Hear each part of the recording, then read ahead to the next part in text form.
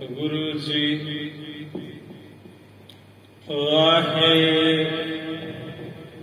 ਵਾਹਿਗੁਰੂ ਸ਼੍ਰੀ ਨਾਨਕ ਓਦ ਪੰਕਜ ਬੰਦਨਾ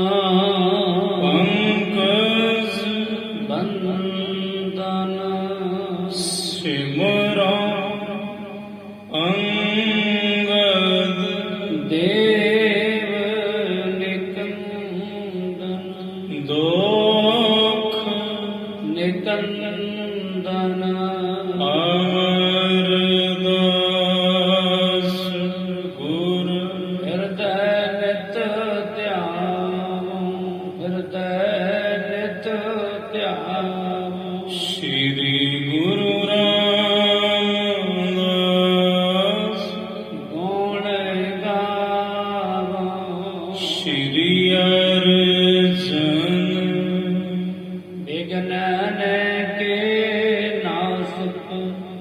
ਵਿਗਨਨ ਕੇ ਨਾਸਕ ਸ੍ਰੀ ਹਰਿ ਗੋਬਿੰਦ ਸੁਭ ਸੁਮਤ ਪ੍ਰਕਾਸ਼ਕ ਸ੍ਰੀ ਹਰਿ ਰਾਇ ਨਮੋ ਕਰ ਜੋਰੀ ਨਮੋ ਕਰ ਜੋਰੀ ਗੁਰ ਹਰਿ ਕ੍ਰਿਸ਼ਨ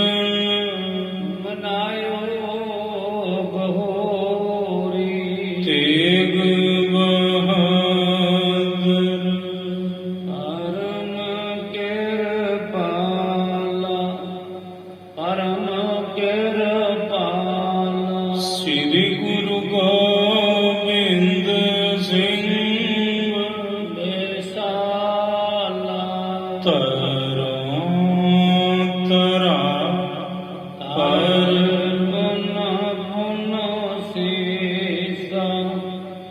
ਪੁਨ ਪੁਨ ਸੀਸਾ ਬੰਦਾਰ ਵਾਰ ਜਗਦੀਸਾ ਜਾਮਹਿ ਮੂਰਤ ਗਿਆਨ ਹੈ ਮਾਣਿਕ ਭਗਤ ਵੈਰਾਗ ਸ੍ਰੀ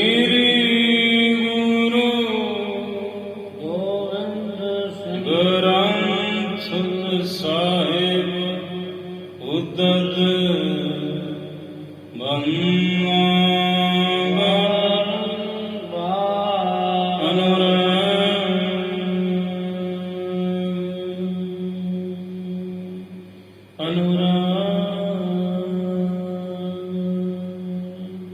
ਗੁਰ ਕਾ ਸ਼ਬਦ ਤੁਮਾਏ ਜੀਤੇ ਪੰਚ ਵਿਕਾਰ ਤਿਨ ਸੰਤਨ ਕੋ ਬੰਦਨਾ ਸੀਸ ਚਰਨ ਅਵਤਾਰ ਏਕ ਓੰਕਾਰ ਸਤਿਗੁਰੂ ਤੇ ਪ੍ਰਸਾਦ ਅਜ ਹੋਏ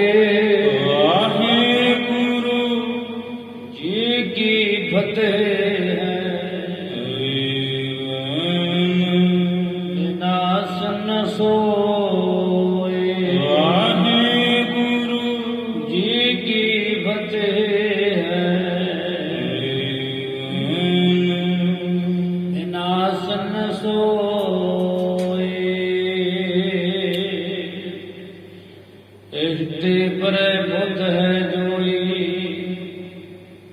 ਜਿਸ ਰੂਪ ਮੈਂ ਮਾਨਿਓ ਸੋਈ ਸਾਧ ਸੰਗਤ ਜੀ ਵਾਹਿਗੁਰੂ ਜੀ ਕਾ ਖਾਲਸਾ ਵਾਹਿਗੁਰੂ ਜੀ ਕੀ ਫਤਿਹ।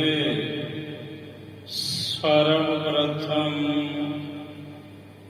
ਮੁੜ ਤੋਂ ਆਪ ਸਰਬਤ ਸੰਗਤਾਂ ਨੂੰ ਅੱਜ ਧੰਨ ਧੰਨ ਸ੍ਰੀ ਗੁਰੂ ਅਮਰਦਾਸ ਸਾਹਿਬ ਜੀ ਮਹਾਰਾਜ ਜੀ ਦੇ ਪਾਵਨ ਪ੍ਰਕਾਸ਼ ਗੁਰਪੁਰਬ ਦੀਆਂ ਲੱਖ ਲੱਖ ਵਧਾਈਆਂ ਹੋਵਣ ਜੀ। ਚੱਲ ਰਹੀ ਲੜੀਵਾਰ ਕਥਾ ਸ੍ਰੀ ਗੁਰੂ ਨਾਨਕ ਪ੍ਰਕਾਸ਼ ਦੀ ਆਪ ਸੰਗਤਾਂ ਨੇ ਇੱਥੋਂ ਤੱਕ ਗੁਰੂ ਕੀ ਕਥਾ ਨੂੰ ਸ਼ਰਵਣ ਕਰਨਾ ਕੀਤਾ ਕਿ ਰਾਏ ਬੁਲਾਰ ਜੀ ਦੇ ਘਰੇ ਗੁਰੂ ਨਾਨਕ ਸਾਹਿਬ ਜੀ ਰਾਏ ਜੀ ਨੂੰ ਆਤਮ ਗਿਆਨ ਉਪਦੇਸ਼ ਬਖਸ਼ ਰਹੇ ਨੇ। ਰਾਏ ਜੀ ਨੇ ਕਿਹਾ, ਸਤਿਗੁਰੂ ਮੈਂ ਆਪਣੇ ਆਪ ਨੂੰ ਸਰੀਰ ਮੰਨੀ ਬੈਠਾ ਤੇ ਮਹਾਰਾਜ ਸਾਹਿਬ ਨੇ ਸਮਝਾਇਆ ਕਿ ਰਾਏ ਜੀ ਇਹ ਤੁਹਾਡਾ ਸਵੈ ਸਰੂਪ ਨਹੀਂ। ਫਿਰ ਰਾਏ ਬੁਲਾਰ ਜੀ ਕਹਿਣ ਲੱਗੇ, ਮਹਾਰਾਜ ਜੇ ਤਨ ਮੇਰਾ ਸਵੈ ਸਰੂਪ ਨਹੀਂ, ਫਿਰ ਮੇਰੇ ਜਿਹੜੇ ਇੰਦਰੇ ਨੇ ਉਹੀ ਮੇਰਾ ਸਵੈ ਸਰੂਪ ਹੈ। ਸਾਹਿਬ ਕਹਿੰਦੇ, ਰਾਏ ਜੀ ਇਹ ਵੀ ਨਹੀਂ। ਫਿਰ ਰਾਏ ਜੀ ਕਹਿਣ ਲੱਗੇ, ਮਹਾਰਾਜ ਸਰੀਰ ਔਰ ਇੰਦਰੇ ਜਿਸ ਚੀਜ਼ ਤੋਂ ਬਿਨਾਂ ਬਿਲਕੁਲ ਨਿਕੰਮੇ ਨੇ, ਉਹਨੇ ਸਵਾਸ, ਉਹਨੇ ਪ੍ਰਾਣ। ਮੈਂ ਸਮਝਦਾ ਕਿ ਮੇਰਾ ਸਵੈ ਸਰੂਪ ਪ੍ਰਾਣ ਹਨ। ਸਤਿਗੁਰੂ ਕਹਿੰਦੇ, ਨਹੀਂ ਰਾਏ ਜੀ, ਸਮਝਾਇਆ ਉਦਾਹਰਣਾਂ ਦੇ ਕੇ ਕਿ ਤੁਹਾਡਾ ਸਵੈ ਸਰੂਪ ਪ੍ਰਾਣ ਨਹੀਂ, ਕਿਉਂਕਿ ਇਹ ਆਉਂਦੇ ਤੇ ਜਾਂਦੇ ਰਹਿੰਦੇ ਨੇ, ਟਿਕਦੇ ਨਹੀਂ। ਤੁਹਾਡਾ ਸਵੈ ਸਰੂਪ ਹੈ ਜੋ ਟਿਕਿਆ ਹੋਇਆ ਹੈ, ਤੇ ਟਿਕਿਆ ਹੋਇਆ ਨਿਹਚਲ ਕੇਵਲ ਇੱਕ ਪਰਮਾਤਮਾ ਹੈ, ਉਹੀ ਤੁਹਾਡਾ ਸਵੈ ਸਰੂਪ ਹੈ। ਰਾਏ ਜੀ ਕਹਿਣ ਲੱਗੇ, ਮਹਾਰਾਜ ਅਗਰ ਪ੍ਰਾਣ ਮੇਰਾ ਸਵੈ ਸਰੂਪ ਨਹੀਂ ਤਾਂ ਫਿਰ ਮੇਰਾ ਸਵੈ ਸਰੂਪ ਹੈ ਮਨ। ਸਤਿਗੁਰੂ ਕਹਿੰਦੇ, ਨਹੀਂ ਰਾਏ ਜੀ, ਇਹ ਮਨ ਵੀ ਤੁਹਾਡਾ ਸਵੈ ਸਰੂਪ ਨਹੀਂ। ਹੁਣ ਰਾਏ ਜੀ ਕਹਿੰਦੇ, ਸਤਿਗੁਰੂ ਇਸ ਤੋਂ ਪਰੇ ਮੈਂ ਜੋ ਬੁੱਧ ਹੈ ਉਸ ਨੂੰ ਵੇਖਦਾ ਤਾਂ ਤੇ ਮੇਰਾ ਸਵੈ ਸਰੂਪ ਫਿਰ ਬੁੱਧ ਹੋਵੇਗਾ, ਜੋ ਸਹੀ ਗਲਤ, ਖਰਾ ਖੋਟਾ, ਭਲਾ ਬੁਰਾ ਦੀ ਪਰਖ ਕਰਦੀ ਹੈ, ਨਿਰਣਾ ਕਰਦੀ ਹੈ, ਉਹ ਹੈ ਬੁੱਧ। ਤਾਂ ਤੇ ਮੇਰਾ ਸਵੈ ਸਰੂਪ ਫਿਰ ਬੁੱਧ ਹੈ। ਹੁਣ ਗੁਰੂ ਨਾਨਕ ਸਾਹਿਬ ਜੀ ਰਾਏ ਜੀ ਨੂੰ ਸਮਝਾਉਂਦੇ ਹਨ, ਇਸਤੇ ਪਰੈ ਬੁੱਧ ਹੈ ਜੋਈ। ਰਾਏ ਜੀ ਕਹਿੰਦੇ, ਮਹਾਰਾਜ ਤਨ ਇੰਦਰੇ ਪ੍ਰਾਣ ਮਨ ਇਹ ਮੇਰਾ ਸਵੈ ਸਰੂਪ ਨਹੀਂ। ਤੁਸੀਂ ਮੈਨੂੰ ਸਮਝਾ ਦਿੱਤਾ, ਇਸ ਤੋਂ ਪਰੇ ਤੇ ਬੁੱਧ ਰਹਿ ਗਈ ਬਾਕੀ, ਤਾਂ ਤੇ ਮੇਰਾ ਸਵੈ ਸਰੂਪ ਫਿਰ ਬੁੱਧ ਹੀ ਹੈ ਜੀ। ਜਿਸ ਰੂਪ ਮੈਂ ਮਾਨਿਓ ਸੋਈ। ਜੋ ਇਸ ਤੋਂ ਪਰੇ ਬੁੱਧ ਹੈ ਉਸੇ ਨੂੰ ਮੈਂ ਆਪਣਾ ਨਿਜ ਸਰੂਪ ਮੰਨਿਆ ਹੈ ਹੁਣ ਨਿਸ਼ਚਾ ਕਰਨ ਧਰਮ ਬੁੱਧ ਕੇਰਾ ਕਿਉਂਕਿ ਬੁੱਧ ਦਾ ਧਰਮ ਹੈ ਨਿਸ਼ਚਾ ਕਰਨਾ, ਨਿਰਣਾ ਕਰਨਾ, ਗਲਤ ਸਹੀ ਖੋਟਾ ਖਰਾ, ਚੰਗਾ ਮੰਦਾ, ਭਲਾ ਤੇ ਬੁਰਾ, ਇਹ ਨਿਰਣਾ ਕਰਦੀ ਹੈ ਸਾਡੀ ਬੁੱਧ। ਆਪਨ ਹੰਤਾ ਜਾਮੈ ਹੀਰਾ ਹੁਣ ਮੈਂ ਆਪਣੀ ਹੰਗਤਾ ਬੁੱਧ ਦੇ ਵਿੱਚ ਵੇਖਦਾ ਹਾਂ ਜੀ, ਜਾਂ ਤੇ ਪਰੈ ਨ ਜਾਣਿਓ ਜਾਈ ਤਾਂ ਤੇ ਇਸ ਤੋਂ ਪਰੇ ਤੇ ਕੋਈ ਮੇਰਾ ਸਵੈ ਸਰੂਪ ਜਾਣਿਆ ਹੀ ਨਹੀਂ ਜਾਂਦਾ ਮਹਾਰਾਜ। ਫਿਰ ਮੇਰਾ ਸਵੈ ਸਰੂਪ, ਮੇਰਾ ਨਿਜ ਸਰੂਪ ਫਿਰ ਬੁੱਧ ਹੈ ਜੀ। ਅਹ ਪਰੇ ਤਉ ਦੇਹੋ 부ਝਾਈ ਅਗਰ ਬੁੱਧ ਤੋਂ ਵੀ ਪਰੇ ਮੇਰਾ ਸਰੂਪ ਹੈ, ਪਰ ਤੁਸੀਂ ਦੱਸ ਦਿਓ, ਤੁਸੀਂ ਮੈਨੂੰ ਸਮਝਾਓ। ਇਹ ਮੇਰੇ ਸਤਿਗੁਰੂ, ਇਹ ਮੇਰੇ ਪੀਰੋ ਮੁਰਸ਼ਦ, ਮੇਰੇ ਮੌਲਾ, ਮੇਰੇ ਰੱਬ ਗੁਰੂ ਨਾਨਕ ਸਾਹਿਬ, ਅਗਰ ਇਸ ਤੋਂ ਵੀ ਪਰੇ ਮੇਰਾ ਨਿਜ ਸਰੂਪ ਹੈ ਕੋਈ, ਸਵੈ ਸਰੂਪ ਹੈ ਕੋਈ, ਤਾਂ ਤੁਸੀਂ ਮੈਨੂੰ ਸਮਝਾਓ। ਸੁਣ ਬੋਲੇ ਸ੍ਰੀ ਪੰਕਜ ਬਦਨਾ ਇਹ ਸੁਣ ਕੇ ਕਮਲ ਜੈਸਾ ਮੁਖੜਾ ਜਿਸ ਸਤਿਗੁਰੂ ਗੁਰੂ ਨਾਨਕ ਸਾਹਿਬ ਜੀ ਦਾ, ਪਰ ਗੁਰੂ ਨਾਨਕ ਸਾਹਿਬ ਇਹ ਜ ਬੋਲੇ ਹਨ, ਓ ਰਾਜਨ ਕਰ ਅਹੰ ਨਿਕਦਨਾ ਸਾਹਿਬ ਕਹਿੰਦੇ हे ਰਾਜਨ, ਰਾਏ ਬੁਲਾਰ, ਤੁਸੀਂ ਜਿਹੜਾ ਆਪਣਾ ਅਹੰਗ ਧਾਰਨ ਕੀਤਾ, ਅਹੰਗਤਾ ਵੀ ਮੇਰਾ ਸਰੂਪ ਬੁੱਧ ਹੈ, ਆਪਣਾ ਇਹ ਹੰਕਾਰ, ਇਹ ਭਾਵਨਾ ਵੀ, ਇਹ ਹੰਗਤਾ ਵੀ ਨਾਸ਼ ਕਰੋ। ਨਹੀਂ ਬੁੱਧ ਤੂੰ ਦੇਖ ਵਿਚਾਰਾ ਤੁਹਾਡਾ ਨਿਜ ਸਰੂਪ ਬੁੱਧ ਨਹੀਂ ਹੈ,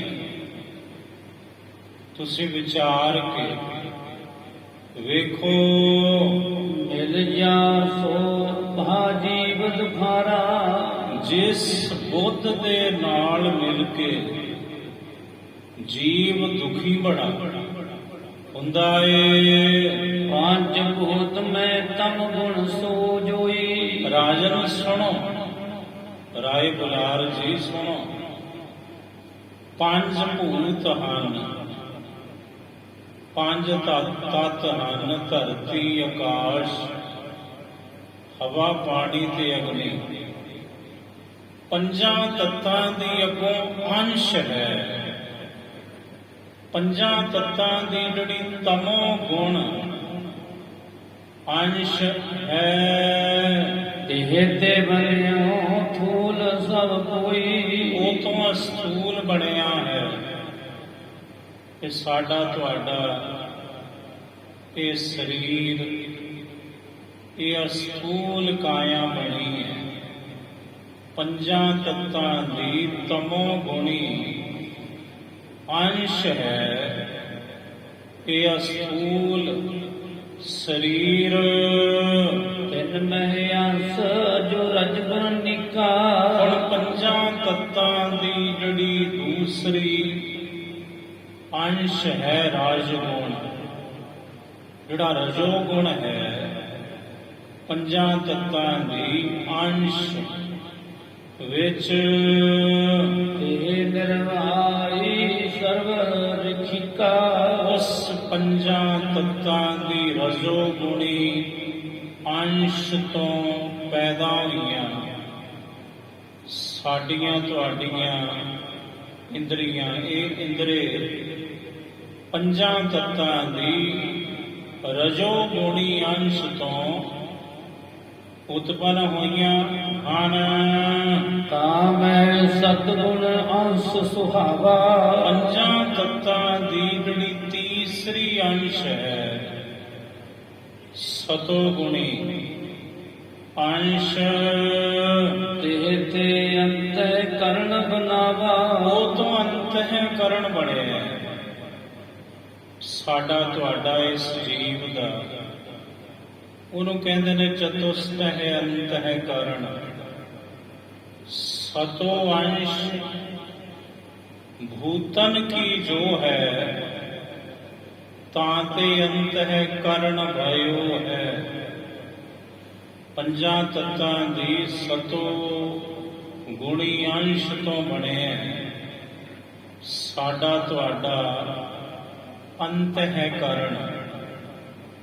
ਤੇ ਅੰਤਹਿਕਰਨ ਵਿੱਚ ਚਾਰ ਚੀਜ਼ਾਂ ਨੇ, ਮਨ, ਚਿੱਤ, ਬੁੱਧ, ਅਹੰਗ। ਚਾਤਰ ਪ੍ਰਕਾਰ ਭਇਓ ਸੋ ਜਾਨੋ। ਚਾਰ ਪ੍ਰਕਾਰ ਦਾ ਹੈ ਅੰਤਹਿਕਰਨ। ਇਸੇ ਲਈ ਰਾਜਨ ਉਸ ਅੰਤਹਿਕਰਨ ਨੂੰ ਵਿਚਾਰਵਾਨ ਚਤੁਸਟ ਹੈ ਅੰਤਹਿਕਰਨ ਆਖਦੇ ਨੇ। ਉਹਦੇ ਵਿੱਚ ਚਾਰ ਚੀਜ਼ਾਂ ਹਨ, ਮਨ, ਬੁੱਧ, ਚਿੱਤ, ਅਹੰਕਾਰ ਪ੍ਰਸੰਨੋ। ਮਨ, ਬੁੱਧ, ਚਿੱਤ ਤੇ ਅਹੰਕਾਰ। ਇਹ ਚਾਰ ਪਛਾਣੋ।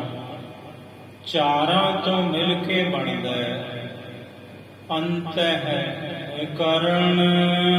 ਇਨਕੀ ਵਿਦ ਸਭ ਜਾਨੋ ਐਸੇ। ਹੁਣ ਇਹਨਾਂ ਦੀ ਵਿਧ ਸੁਣੋ। ਇਸ ਪ੍ਰਕਾਰ ਜਿਹੜੀਆਂ ਇਹ ਚਾਰ ਚੀਜ਼ਾਂ ਨੇ ਅੰਤਹਿਕਰਨ ਦੇ ਅੰਦਰ, ਮਨ, ਚਿੱਤ, ਬੁੱਧ ਤੇ ਅਹੰ। ਹੁਣ ਸੁਣੋ ਇਹਨਾਂ ਦੀ ਬਾਬਤ। ਤਬ ਸਰੂਪ ਕੈ ਆਸਰੈ ਜੈਸੇ। ਜਿਵੇਂ ਤੁਹਾਡਾ ਸਰੂਪ ਆਸਰੇ ਹੈ ਕਿਸੇ ਦੇ, ਕਿਹਦੇ? ਪਰਮਾਤਮ ਦੇ। ਰਥ ਰੂਪੀ ਸੋ ਅਹਿ ਸਰੀਰਾ। ਸਰੀਰ ਰਥ ਰੂਪ ਹੈ। ਇਹ ਰਾਏ ਬੁਲਾਰ ਸੁਣੋ। ਜਿਹੜਾ ਇਹ ਮਨੁੱਖੀ ਸਰੀਰ ਹੈ ਇਹ ਇੱਕ ਕਿਸਮ ਦਾ ਰਥ ਹੈ ਤੇ ਰਥ ਰੂਪ ਹੈ। ਤੇ ਤੁਰੰਗ ਇੰਦਰੀ ਲਖ ਧੀਰਾ। ਸਰੀਰ ਰੂਪੀ ਰਥ ਦੀਆਂ ਜਿਹੜੀਆਂ ਇੰਦਰੀਆਂ ਨੇ ਇਹ ਘੋੜੇ ਨੇ। ਇਸ ਰਥ ਨੂੰ ਚਲਾਉਣ ਵਾਲੇ, ਸਰੀਰ ਨੂੰ ਚਲਾਉਂਦੇ ਕੌਣ ਨੇ?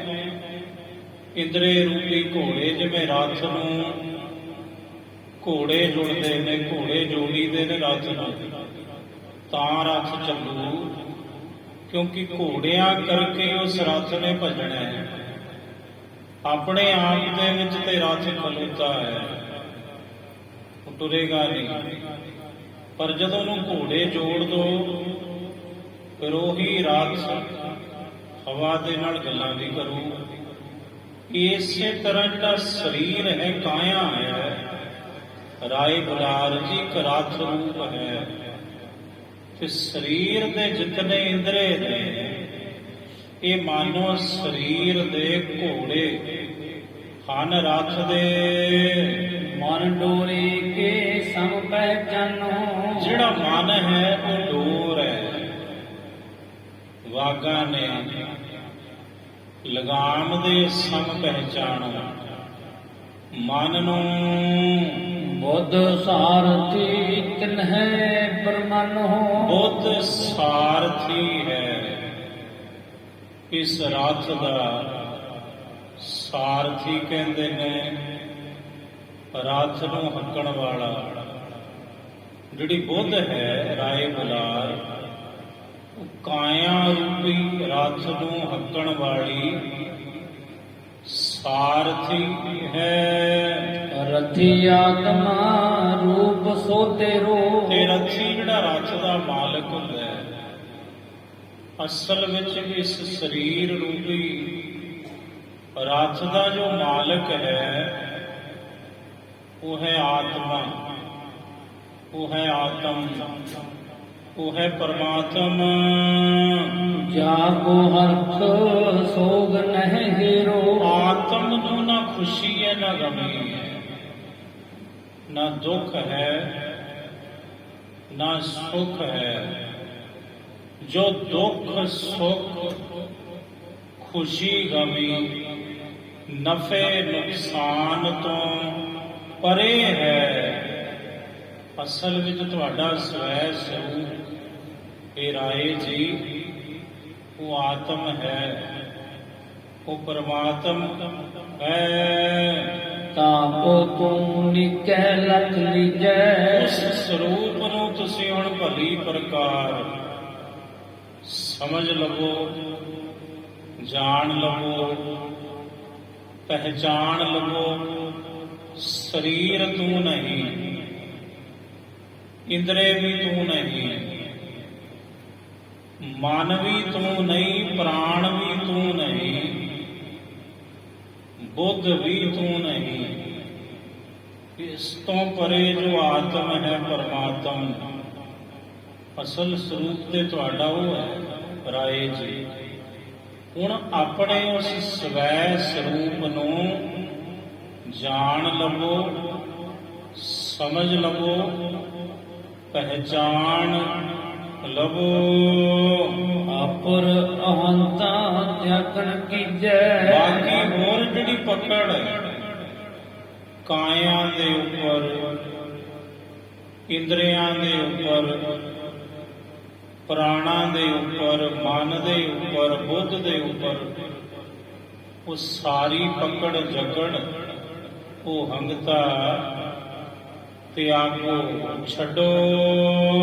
ਜੇ ਕੋ ਸਕੈ ਨਾ ਅਗਨ ਜਰਾਈ। ਅਸਲ ਵਿੱਚ ਜੋ ਤੁਹਾਡਾ ਵਾਸਤਵ ਸਰੂਪ ਹੈ, ਸਵੈ ਸਰੂਪ ਹੈ ਰਾਏ ਜੀ, ਉਹਨੂੰ ਅਗਨੀ ਸਾੜ ਨਹੀਂ ਪੀ ਸਕਦੀ।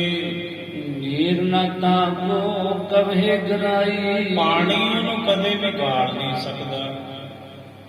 ਆ ਜਿਹੜਾ ਸਰੀਰ ਹੈ ਸਥੂਲ, ਇਹਨੂੰ ਅੱਗ ਸਾੜ ਦੇਵੇਗੀ, ਚਿਖਾ ਤੇ ਰੱਖੋ, ਇਹਨੂੰ ਪਾਣੀ ਦੇ ਵਿੱਚ ਸੁੱਟੋ, ਇਹਦੇ ਚੋਂ ਮੁਸਕ ਮਾਰੇਗੀ, ਪਾਣੀ ਇਹਨੂੰ ਗਾਲ ਦੇਵੇਗਾ। ਇਸ ਮਾਸ ਦੇ ਲੋਥੜੇ ਨੂੰ, ਸਰੀਰ ਨੂੰ, ਪਰ ਜੋ ਤੁਹਾਡਾ ਸਵੈ ਸਰੂਪ ਹੈ ਉਹ ਹੈ ਆਤਮ, ਉਹਨੂੰ ਨਾ ਅੱਗ ਸਾੜ ਸਕੇ ਨਾ ਪਾਣੀ ਗਾਲ ਸਕੇ। ਨਹਿ ਸ਼ਸਤਰ ਨ ਸੋ ਸਿਧਿਓ ਜਾਈ। ਸਰੀਰ ਦੇ ਉੱਪਰ ਸ਼ਸਤਰ ਹਥਿਆਰ ਉਹਨਾਂ ਦਾ ਵਾਰ ਹੋ ਸਕਦਾ ਹੈ, ਸਰੀਰ ਜ਼ਖਮੀ ਹੋ ਸਕਦਾ ਹੈ, ਕਾਇਆ ਜ਼ਖਮੀ ਹੋ ਸਕਦੀ ਹੈ, ਕਾਇਆ ਤੇ ਫੱਟ ਲੱਗ ਸਕਦੇ ਨੇ, ਪਰ ਆਤਮ ਤੇ ਕੋਈ ਫੱਟ ਨਹੀਂ, ਕਿਉਂਕਿ ਉਹਨੂੰ ਕਿਸੇ ਵੀ ਹਥਿਆਰ ਦੇ ਨਾਲ ਕਟਿਆ ਨਹੀਂ ਜਾ ਸਕਦਾ, ਜ਼ਖਮੀ ਨਹੀਂ ਕੀਤਾ ਜਾ ਸਕਦਾ। ਕੌਣ ਨਾ ਤਾਕੋ ਸਕੈ ਉਡਾਈ। ਹਵਾ ਉਡਾ ਕੇ ਲੈ ਜਾਂਦੀ ਹੈ ਮਾੜੇ ਮੋਟੇ ਸਰੀਰ ਨੂੰ, ਤਕੜੇ ਤੋਂ ਤਕੜੇ ਸਰੀਰ ਨੂੰ।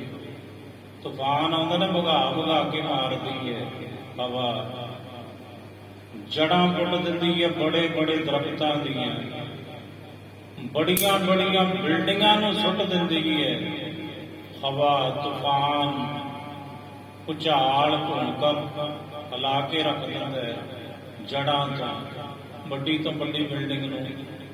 ਇਸੇ ਤਰ੍ਹਾਂ ਸਰੀਰ ਰੂਪੀ ਬਿਲਡਿੰਗਾਂ ਵੀ ਐਸੇ ਝਟਕਿਆਂ ਦੇ ਨਾਲ ਗਿਰ ਸਕਦੀਆਂ ਨੇ, ਪਰ ਜੋ ਤੁਹਾਡਾ ਸਵੈ ਸਰੂਪ ਹੈ ਉਹਦੇ ਤੇ ਕਿਸੇ ਹਵਾ, ਕਿਸੇ ਤੂਫਾਨ, ਕਿਸੇ ਭੁਚਾਲ, ਭੂਕੰਪ ਦਾ ਕੋਈ ਅਸਰ ਨਹੀਂ। ਬਾਲਕ ਬੁੱਢਾ ਜੋ ਨਹਿ ਤ੍ਰਿਨਾ। ਨਾ ਉਹ ਬਾਲਕ ਹੈ, ਨਾ ਉਹ ਬੁੱਢਾ ਹੈ, ਨਾ ਉਹ ਜਵਾਨ ਹੈ। ਕਿਉਂਕਿ ਬਚਪਨ, ਜਵਾਨੀ, ਬੁਢੇਪਾ ਇੱਕ ਕ੍ਰਾਂਤੀ ਹੈ, ਇੱਕ ਸਰੀਰਕ ਕ੍ਰਾਂਤੀ ਹੈ, ਇੱਕ ਸਰੀਰਕ ਤਬਦੀਲੀ ਹੈ। ਸਰੀਰ ਦਾ ਆਕਾਰ ਬਦਲਦਾ ਹੈ, ਨੈਣ ਨਕਸ਼ ਬਦਲਦੇ ਨੇ। ਬਚਪਨ, ਜਵਾਨੀ, ਬੁਢੇਪੇ ਤੱਕ ਢਾਂਚਾ ਬਦਲਦਾ ਹੈ ਪੂਰਾ ਸਰੀਰ ਦਾ, ਪਰ ਜੋ ਤੁਹਾਡਾ ਵਾਸਤਵ ਸਰੂਪ ਹੈ ਉਹ ਬਦਲਣ ਵਾਲਾ ਨਹੀਂ।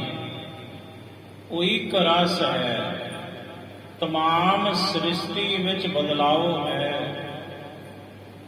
ਪਰ ਇੱਕ ਹੈ ਜੋ ਬਦਲਦਾ ਨਹੀਂ ਕਿਸੇ ਵੀ ਬਦਲਾਓ ਦੇ ਨਾਲ। ਤੇ ਸਾਰਾ ਬਦਲਾਓ ਉਸੇ ਇੱਕ ਨਾ ਬਦਲਣ ਵਾਲੇ ਪਰਮਾਤਮ ਤੋਂ ਹੋ ਰਿਹਾ ਹੈ।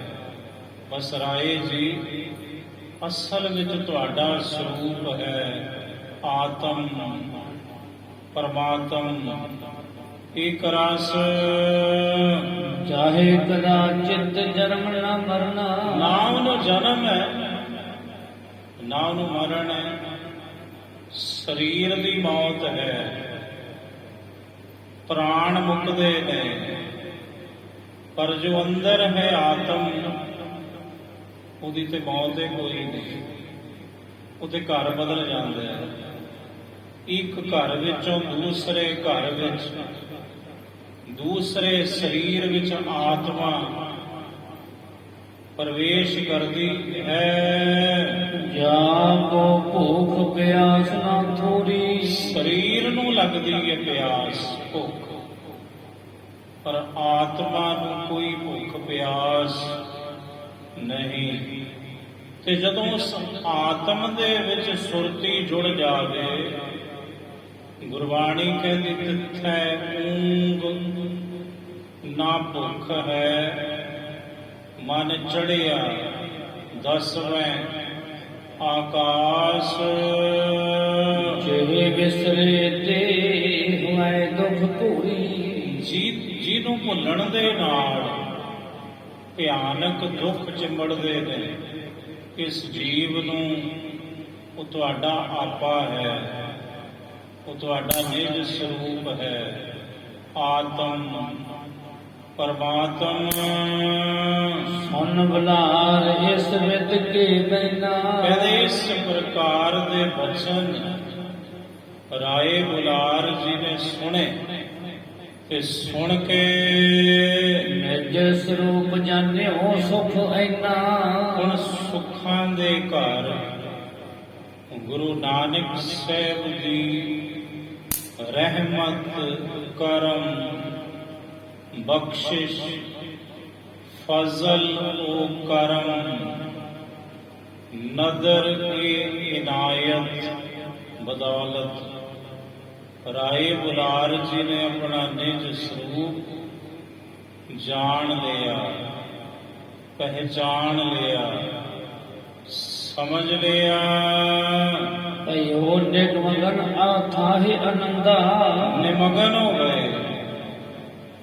ਨਿਮਗਨ ਕਹਿੰਦੇ ਨੇ ਮਸਤ ਹੋਣਾ, ਕਹਿੰਦੇ ਅਥਾਹ ਆਨੰਦ ਵਿੱਚ ਮਸਤ ਹੋਏ ਰਾਏ ਬੁਲਾਰ ਜੀ, ਕਿਉਂਕਿ ਉਹਨਾਂ ਦੀ ਸੁਰਤ, ਉਹਨਾਂ ਦੀ ਬਿਰਤੀ ਆਪਣੇ ਸਵੈ ਸਰੂਪ ਵਿੱਚ ਹੋਣ ਟਿਕੀਏ।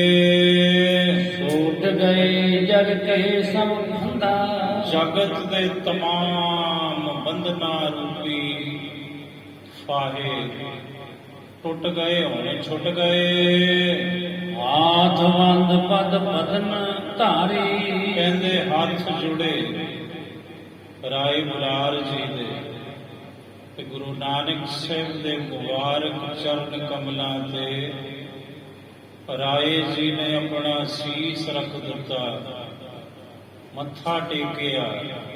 ਗੁਰੂ ਨਾਨਕ ਸਾਹਿਬ ਜੀ ਨੂੰ ਕੋਸ਼ਟਤ ਪਦ ਕੀ ਗਿਰਾ ਉਚਾਰੀ।